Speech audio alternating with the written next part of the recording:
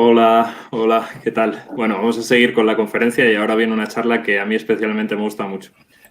Nada de expectativas altas, Ana, pero Nada, nada. bueno, aquí tenemos a Ana Julia Verdaguer.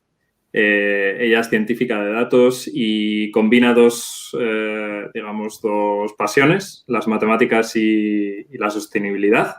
Y de hecho, bueno, Ana trabaja principalmente orientada en el sector de la energía y sobre todo analizando datos de energía. De hecho, colabora activamente con el grupo Applied Artificial Intelligence del EuroCAT. Y nada, y por último, y lo más importante por lo que está aquí es, bueno, por su relación con el grupo Data Science for Social Good, con el programa. De hecho, ella obtuvo una beca en 2019 de este prestigioso programa y, bueno, nos va a hablar un poco de lo que hizo el año pasado con este mismo grupo. Y, bueno, antes de empezar con la charla, Ana ha elegido una palabra tabú, que es riesgo, que encima he propuesto yo. Y bueno, espero que vaya bien y bueno, ya sabes, no pasa nada, es solo para echarnos unas risas. ¿Has elegido una alternativa a riesgo o todavía lo vas a pensar según Bueno, surja? Ya creo la que voy tienes, a ¿no? votar. Sí, sí. Bueno, pues nada, cuando quieras. Vale, vale. Perfecto. Pues buenas tardes a todos y a todas, bueno, a los que estáis conectando, siguiendo las charlas. Y quería agradecer primero de todo a Víctor y a toda la organización por invitarme a participar en este evento. Y también a los que estáis ahora un sábado por la tarde conectados en esta charla. También gracias, Víctor, por la presentación. Sin embargo, tengo que hacer un pequeño update en mi currículum que ha pasado en las últimas semanas. Y es que, bueno, tal como ha comentado Víctor, empecé mi carrera profesional en Hora Luz y desde entonces siempre me he focalizado sobre todo en proyectos energéticos, ¿no? Sobre todo en lo que es modelización de la demanda energética.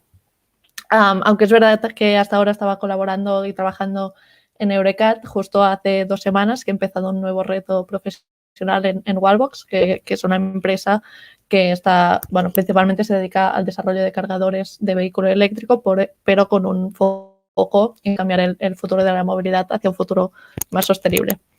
Dicho esto, me disculpo otra vez porque tengo que volver a empezar, ya que este proyecto que os voy a presentar ahora no sale de ninguno de mis trabajos profesionales, sino que es un proyecto que desarrollamos juntamente con Andrew Scholl y Tengue y nuestros colaboradores, la ONG Child Poverty Action Lab y The City of Dallas, la Municipalidad de Dallas. Todo esto dentro de la plataforma Solve for Good. Para aquellos que no conozcáis lo que es Solve, se trata de una plataforma ideada desde el programa de Data Science for Social Good, al que yo tuve la suerte de participar y Víctor también, y que tiene como objetivo, ¿no?, poner en contacto organizaciones con finalidades sociales y que tienen necesidades de datos con voluntarios profesionales de datos para trabajar conjuntamente en una buena definición de proyectos dentro de las organizaciones y también a solucionar estos problemas, ¿no?, con datos, ya sea análisis de datos o machine learning o los que sea. Solve, de hecho, anticipó su lanzamiento con la pandemia y la cancelación, bueno, la pandemia también supuso la cancelación del programa de verano de Data Science for Social Good del año pasado. Y de hecho, este proyecto de Dallas fue uno de los proyectos pilotos de la plataforma y lo llevamos a cabo entre junio y octubre de 2020. Entrando ya en el foco del proyecto, nos centramos en los desahucios que suceden en la ciudad de Dallas, ¿no? Y que es un número de desahucios que suceden allí, es espantosamente elevado. Según los datos disponibles, entre el 2017 y mediados del 2020, con algunos agujeros en los datos, como podéis ver, cada mes se registran más de 3.000 ejecuciones de desahucios en el municipio de Dallas. Como os podéis imaginar, pues detrás de los casos de desahucios se esconden muchas personas y muchas historias muy tristes y la pandemia de la COVID-19 no ha hecho más que agravar esta situación, ¿no? Y en el momento en que estábamos desarrollando el proyecto, la gran preocupación que tenían nuestros colaboradores y nosotros mismos es que esta pandemia lo que se acentuará aún más cuando la moratoria que aprobaron de desahucios se terminará. Con esta emergencia en mente, la organización CIPAL y Dallas colaboraron con Solve for Good con un doble objetivo muy claro. En primer lugar, el de minimizar el número de personas que son desahuciadas en la ciudad y, en segundo, maximizar el número de personas que pueden recibir ayuda de fondos de emergencia atenuantes de esta situación. Y, en consecuencia, nos marcamos 2 preguntas principales a responder para conseguir este doble objetivo. En primer lugar, dónde se producen, ¿no?, estos desahucios, y también si podíamos identificar algunos factores indicadores de los desahucios. Por lo que a sets de datos se refiere, nuestros colaboradores nos proporcionaron una amplia variedad de información. En primer lugar, dispusimos de los datos de desahucios entre 2017 y mediados de 2019, y también tuvimos la primera mitad de 2020, aunque son datos muy extraños, como el año. Estos más de 100.000 registros incluyen información general, ya sea de los demandados, ¿no?, los inquilinos que son echados de sus casas, como de los demandantes, los propietarios, ya sean pues, nombres y direcciones principalmente. Y también incluían información de los correspondientes juicios, por ejemplo, la fecha o la decisión final del caso. También dispusimos de datos de movilidad estudiantil, es decir, información de cómo los estudiantes se cambian de un colegio a otro. Y finalmente también nos dieron acceso a los permisos de obras concedidos entre 2017 y 2019, o sea, coincidiendo con los datos de desahucios. Finalmente, con el objetivo de complementar esta información con datos demográficos, accedimos directamente a los datos disponibles del censo de Estados Unidos, que es el American Community Survey. Vale, y ahora que ya teníamos los datos, ¿cómo orquestamos toda esta información? Implementamos pues, múltiples procesos que conforman nuestro flujo de datos, y esta pipeline lo que nos permitía es ir desde los datos brutos de las diferentes fuentes hasta los resultados que más valor y profundidad podían aportar a nuestros colaboradores a la hora de responder sus preguntas.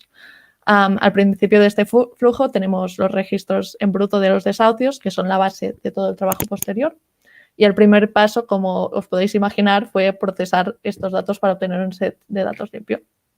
Trabajamos principalmente con datos espaciales, y aunque la mayoría ya estaban georreferenciados, algunas direcciones no lo estaban, por lo que pues, tuvimos que hacer un primer proceso de normalización de direcciones y de georreferenciación. En este momento pues, ya disponíamos de los registros limpios y avanzamos para incluir toda esa información que justo acabo de mencionar, ¿no? Pues los datos de movilidad estudiantil, la información demográfica del American Community Survey y finalmente los permisos de construcción. Y todo esto lo que nos permitió es hacer un análisis profundo de los datos, también indicando posibles incoherencias en los datos y dando feedback en cómo mejorar la captación de estos datos, que era un punto que también les interesaba mucho tanto a CIPAL como a la ciudad de Dallas. También desarrollamos un análisis de correlaciones para intentar identificar aquellas variables o dimensiones que más incidencia podían tener en los desahucios. Y finalmente empezamos a definir un posible modelo que nos permitiera identificar aquellas zonas con mayor probabilidad de desahucio. Sin embargo, esta parte del modelo, por cuestiones de tiempo y diferencia horaria, se quedó en un segundo plano.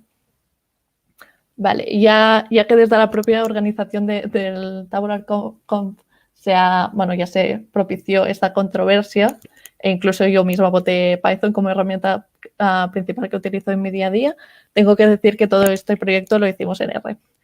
Y hubo 2 puntos claves en nuestra decisión y como os podéis imaginar, la discusión fue bastante larga. En primer lugar, porque quien mayor expertise en trabajar con datos geoespaciales era Anne, y ella había trabajado ya mucho con mapas en R, y esto fue un factor que nos influyó a la hora de decidir. En segundo lugar, y creo que más importante, fue que nuestros colaboradores ya tenían una persona que algo trabajaba con datos y lo hacía con R, por lo que al trabajar con R nos asegurábamos que nuestro trabajo se pudiera integrar mejor con nuestros partners. Y por eso al final hicimos todo el proyecto en R. A partir de aquí pudimos desarrollar diferentes análisis, ¿no?, más o menos complejos. En primer lugar, queríamos responder cuándo se producían los desahucios Y aunque lo que veis aquí, ¿no?, es una representación muy, muy sencilla, es el número de casos, cómo ha evolucionado a lo largo de los meses. Incluso esta información tan básica ya les sirvió mucho y fue de mucho valor para nuestros partners. Lo que observamos era una estacionalidad bastante marcada, con unos máximos anuales en los meses de enero y unos mínimos anuales en los meses de marzo.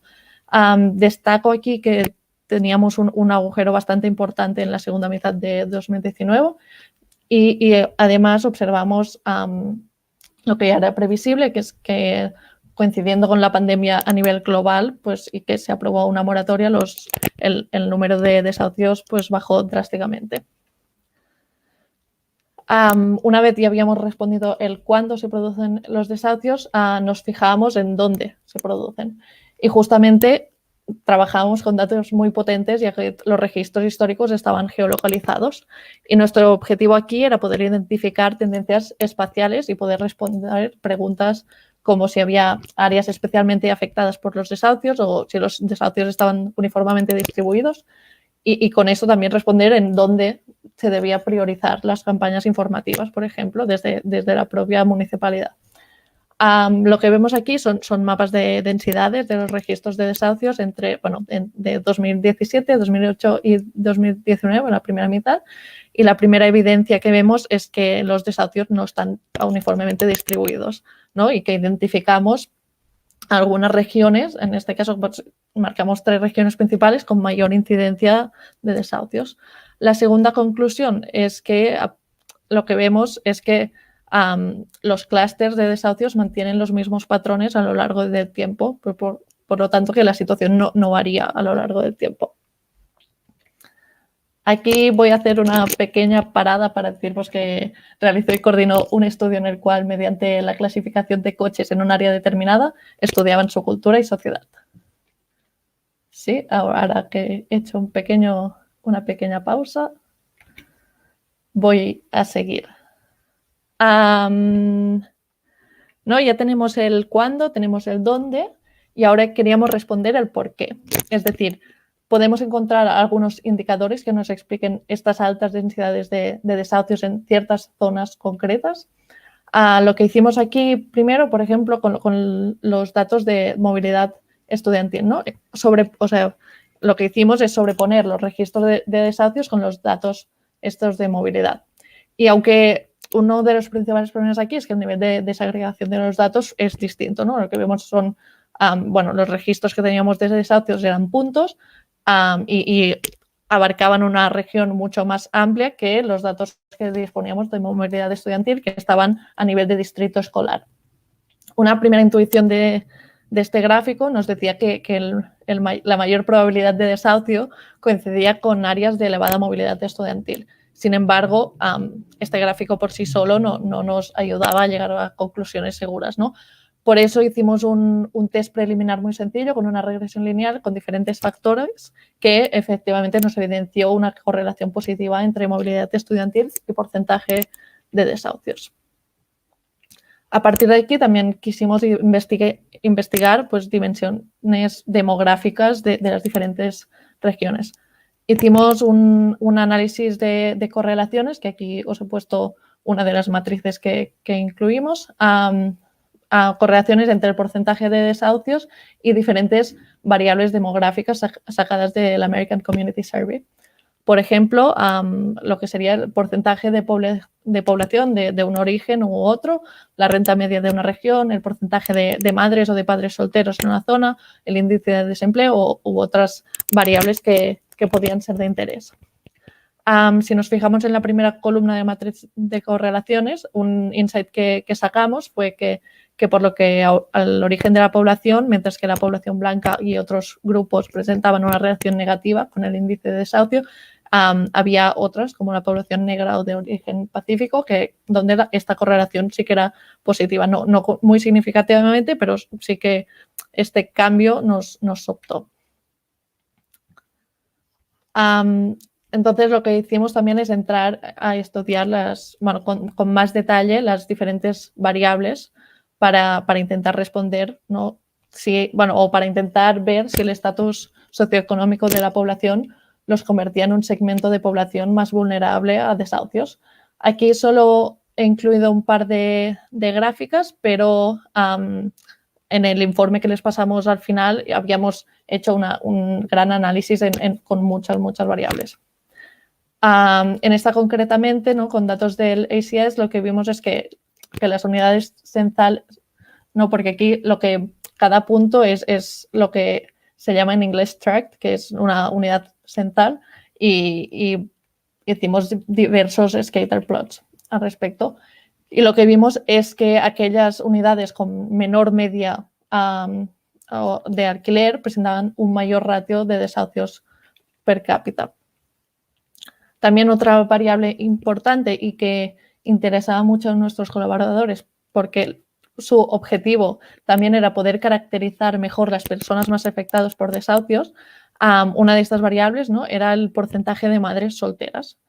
Y tal como sospechaban, hay una relación significativa entre el porcentaje de madres solteras en una región y el número de desahucios per cápita. También miramos la misma gráfica, ¿no? Aquí yo solo os he presentado la gráfica del porcentaje de madres solteras, pero hicimos la misma gráfica por padres solteros y no se identificaba ninguna relación significativa. Además que no había demasiadas zonas para esta otra variable con más de un 15% de padres solteros. Finalmente, también quisimos analizar los permisos de obras y ver si podían ser informativos de un posible desahucio futuro. De los datos disponibles que teníamos, un 22% de los registros de desahucios entre 2017 y 2019 estaban asociados con permisos de obras aprobados durante este mismo periodo. Lo que vimos es que permisos, ¿no?, intentamos identificar aquellos permisos más típicos y los al revés, el polo opuesto. Lo que vimos es que permisos relacionados con renovación de edificios o obras más mecánicas o eléctricas de los apartamentos eran los más frecuentes relacionados con desahucios. Y en cambio, en el extremo opuesto, y como podíamos sospechar, pues obras relacionadas con piscinas no estaban para nada relacionadas con desahucios. Con todo esto, terminamos el proyecto de nuestra parte facilitando a nuestros colaboradores tanto un informe muy detallado con todo el análisis realizado, pero también incluyendo pues toda la detección de incoherencia de datos para ayudarlos o para darles feedback de cómo mejorar la captación de datos. También, y esto en el programa de Data Science for Social Good y en Solve for Good es muy importante, que el código se pueda traspasar, y entonces también les dimos acceso a todo el código al código correspondiente de todo este análisis y tratamiento de datos para que ellos pudiesen pues seguir desarrollando y ampliando este proyecto. Todo el trabajo y los ejemplos presentados aquí lo que intentan es ilustrar cómo podemos utilizar métodos basados en datos para entender y ayudar a mitigar problemas sociales, en este caso como son los desahucios. Además, con esta aproximación proactiva, lo que se puede es ayudar a proteger más a aquellos inquilinos más vulnerables y con una mayor probabilidad de ser echados de sus casas. Con esto termino. Muchas gracias por vuestra atención. Creo que ahora podemos seguir la discusión por Discord. Y bueno, como en la plataforma de Solve hay muchos proyectos que son muy interesantes y que tienen realmente muy impacto. Y si a alguien le interesa, que me pueda contactar o pueda mirar directamente en la plataforma Solve for Good y allí ver qué proyectos le interese más. Pues muchísimas gracias, Ana. La verdad es que yo personalmente, como soy también parte de Data Science for Social Good, quería hacer solo un pequeño inciso, y es decir que todo esto es una labor voluntaria que hacemos cuando tenemos tiempo y que, bueno, en este año ha sido bastante complejo porque obviamente con toda la situación del COVID todo esto lo habéis hecho pues a través de Slack, a través de reuniones con personas que estaban en distintas franjas horarias. Pues es un trabajazo y la verdad es que enhorabuena. Bueno, gracias. Como bien nos enseñan en el Data Science for Social Good, las presentaciones cuando se te piden en 20 minutos están clavadas y las has clavado. O sea que tenemos tiempo para unas preguntillas. Así que, bueno, tengo alguna por aquí. Una de ellas es si sabes si algún no, de este tipo de estudios se realizan también en España. Yo la verdad es que no lo sé, pero a lo mejor tú tienes alguna idea. Yo que sepa si más directamente no, aunque bueno, yo soy de Barcelona y me interesaría mucho. Sí que participé una vez en un tipo de hackathon o datathon donde se intentaba empezar un proyecto de desarrollos en Barcelona, pero que yo sepa no hay nada hecho, pero sería muy interesante, la verdad. Luego hay, bueno, Jorge, que no lo sé, que fíjate que hemos estado colaborando y no sabía nada, pero resulta que él ha estado colaborando con el grupo de Data Science for Social Good de Portugal, que son amigos también míos, por eso me acabo de enterar, es muy gracioso. Y dice que uno de los problemas que tuvo, y bueno, yo también los tuve en la edición en la que estuve yo, es un poco la calidad de los datos que te da el partner, que, bueno, pues ya sabes tú bien que tienes que hacer un proceso de limpieza, un proceso de compresión, reuniones, y me preguntas si ese es el caso, que si, cuál era la calidad de los datos que te entregaron. Claro, aquí tuvimos... O sea, nuestro objetivo, cuando he dicho que queríamos hacer un modelo, ¿no?, predictivo, al final es lo que queríamos, ¿no? En nuestras cabezas visualizábamos ya el futuro. Lo que nos pasó es que... Saluda, es la conferencia de los gatos. Está interesado. Claro, lo que nos pasó es que los datos, primero, que había muchos agujeros, que hicimos muchas reuniones de ir y volver para que refinar los datos, que nos los pasaran bien, y esto fueron muchas semanas. Además, tengo que añadir que aquí, además del problema de la limpieza de los datos, y como has dicho tú, la diferencia horaria, yo trabajaba con toda gente en Estados Unidos y entre yo y Anne había 9 horas de diferencia. Y esto tampoco nos ayudaba a que la comunicación fuera ágil y que las reuniones fuesen a horas, bueno, un poco raras, pero... Yo lo siento, yo sé lo difícil que es porque he participado y no me imagino la dificultad coordinándolo todo de manera online. Yo la verdad es que este año he estado un poco aparte, no me he pringado mucho, pero bueno. Pues nada, yo creo que podemos seguir el resto de la discusión por Discord y nada, muchísimas gracias, Ana. A vosotros, de nuevo. A vosotros. Bueno, felicidades, que vaya muy bien. Adiós.